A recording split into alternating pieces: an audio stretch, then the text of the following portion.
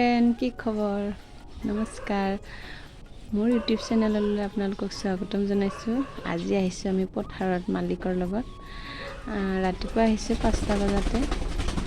ইমান ধুনীয়া বতাহ মাৰি আছে, ঠাণ্ডা ঠাণ্ডা, আৰু বৰষুণো আহিছে লগতে। ইমান ধুনীয়া পৰিৱেশ। এই মালিকে ঔষধ মাৰিবৰ কাৰণে ৰেডি কৰি আছে।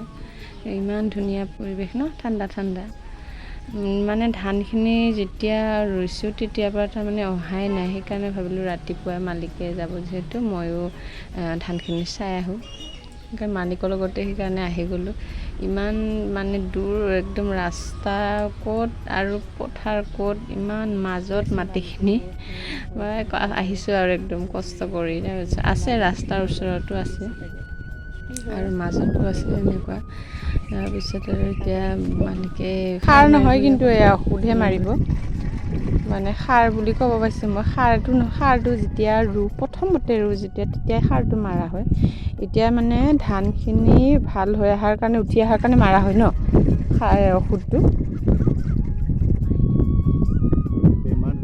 বেমাৰৰ কাৰণে মানে ভালকৈ ধানটো উঠি আহিব নোৱাৰে আৰু সেইকাৰণে মাৰি দিয়া হয়। কমজুৰি হৈ থাকে, অলপ ৰঙা ৰঙা পৰি থাকে, বেমাৰ ধৰে।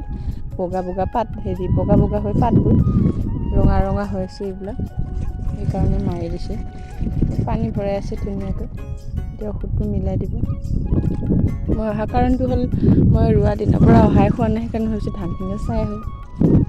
আৰু মালিকৰ লগত এনেকৈ ধুনীয়াকৈ ৰাতিপুৱা ঠাণ্ডা ঠাণ্ডা ভাল লাগে। ধুনীয়া ধানখিনি ভালদৰে হোৱা নাই, কমজুৰি হৈ আছে অলপ।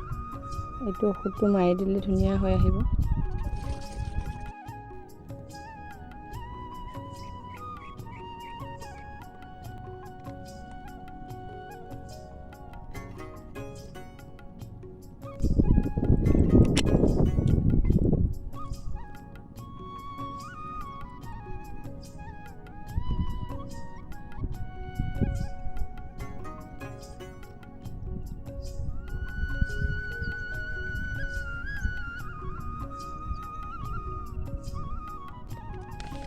ঔষধকেইটা কৈ দিয়া ধুনীয়াকৈ কি কি হয়।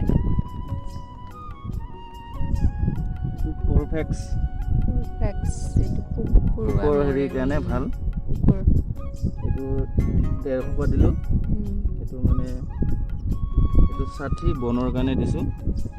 একেলগে মিক্স কৰি বাৰে বাৰে ক'ত আৰু বাৰে বাৰে মাৰি থাকিব নোৱাৰে কাৰণে একেবাৰে মিক্স কৰি দিছে। একেলগে দি দিওঁ আৰু মানে পথাৰত যে হাবি হয় ধানৰ মাজত, সেইটো মাৰি দিছে। তাৰপিছত আৰু সেইটো মানে যি ধানত যে পোকে খায়, এইবিলাক পাতবিলাক যেতিয়া খাই পেলাই, সেইটো কাৰণে হয়। এইটো গুণ মৰে।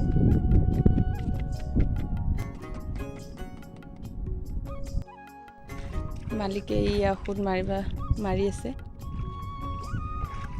গমেইতো পায় খেতিয়কসকলে ন, খেতি কৰা সকলে গমেই পায় ঔষধ মাৰিব লাগে নালাগে, ক'ত কেনেকুৱা মাৰিব লাগে।